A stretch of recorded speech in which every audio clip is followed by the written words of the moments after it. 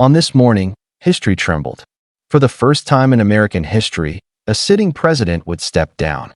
Not because of war, not because of illness, but because of scandal, corruption, and the collapse of trust. By sunrise, Washington was electric. News crews from across the world had converged on the White House.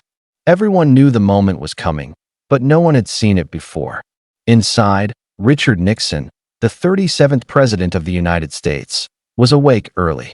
He moved through the halls of the White House like a man saying goodbye to a house he'd once believed was his destiny. At 9 a.m., Nixon delivered his farewell to the White House staff. His voice wavered between pride, regret, and defiance.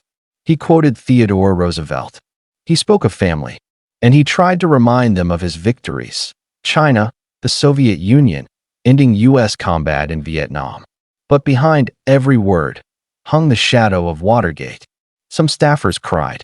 Others simply stood, stunned, knowing they were witnessing the end of an era and the fall of a man who once held the world's most powerful office. It was perhaps the most famous wave in American history. Richard Nixon, disgraced, cornered, but still defiant, turned to the cameras and flashed his double V for victory. To some, it looked like resilience. To others, it looked like denial. At 12 o'clock noon, as the helicopter carried him away, Nixon was no longer president. The constitutional transfer of power had already begun.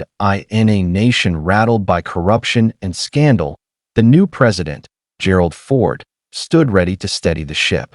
And with a single sentence, he tried to heal the wound left by Nixon's fall. August 9, 1974, was not just the end of a presidency. It was the day America learned that no one, not even the president, is above the law.